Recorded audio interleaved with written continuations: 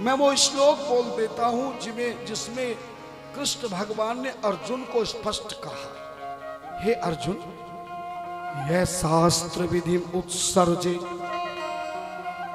वर्तते काम कारतः नैस सिद्धि वापनोति ना सुखम ना पराम गतिम। इसका अर्थ बहुत ध्यान से सुनना। यह माने जो शास्त्र विधि उत्सर्जे, जो शास्त्र विधि को छोड़कर वर्तते काम करता है, जो मनमाने ढंग से अपनी इच्छा के अनुसार दिखावा करने के लिए, बढ़ावा करने के लिए या चढ़ावा करने के लिए, जो बिना शास्त्र विधि के कोई यज्ञ आदि धर्म अनुष्ठान करते हैं, कोई भी कर्म करते हैं, तो नैस सिद्धि वापनोति, बिना विधि विधान के किया हुआ कोई भी धर्म कर्म फल प्राप्त नहीं देता है। और जब फल प्राप्त नहीं होगा तो जिस कामना से किया गया वो कामना भी पूरी नहीं होगी। न सुखम, जब कामना पूरी नहीं होगी तो सुख भी प्राप्त नहीं होगा, और सुख प्राप्त नहीं होगा इसी के साथ न परम गति, मरने के बाद भी परम गति नहीं होती। ये शास्त्र विधि उत्सर्जे वर्तते काम कारतः न सिद्धि वापनोति न सुखम न परम। विधि विधान से किया गया ही कोई धर्म कर्म फल देता है। शिव पुराण में लिखा, यदि कोई यज्ञ कराए, चाहे वो रुद्र यज्ञ कराए चाहे शक्ति यज्ञ कराए, और ये बात मैं अपनी ओर से एक भी शब्द में अपनी ओर से नहीं बोलूंगा, जो शिव पुराण कहेगी, जो रामायण कहेगी, जो गीता कहेगी, जो भागवत कहेगी, जो वेद कहेगी, जो संत कहेगी, लिखा है इसमें विधान। वही विधान सूत जी महाराज नैमिषारण्य तीर्थ में समझा रहे हैं। रुद्र संगीतया होम प्रति श्लोकेन वामुने गायत्र्या तन मंत्रत्वाच पुराण शास्त्र तत्वतः।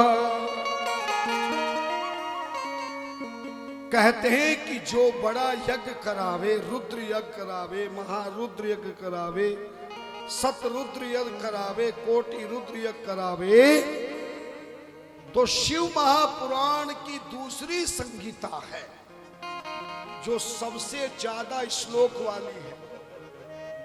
जैसे कभी तुलसी जी की रामायण पढ़ोगे ना, तो इन 7 कांडों में सबसे बड़ा कांड कौन सा है ये भी मालूम नहीं। अयोध्या कांड है। कौन सा कांड है? अयोध्या कांड। तो अयोध्या कांड जैसे रामचरितमानस का दूसरा कांड सबसे बड़ा चौपाई दोहों का है, जिसको पढ़ने में सुनने में ज्यादा समय लगता है, ऐसे ही शिव महापुराण के 24,000 श्लोकों में से 7 जो संहिताएं बनी, उनमें से जो शिव महापुराण की दूसरी संहिता है, जिसको रुद्र संहिता कहते हैं, तो रुद्र संहितया होमय प्रति श्लोक युवा मुनि, इस दूसरी संहिता के प्रत्येक श्लोक की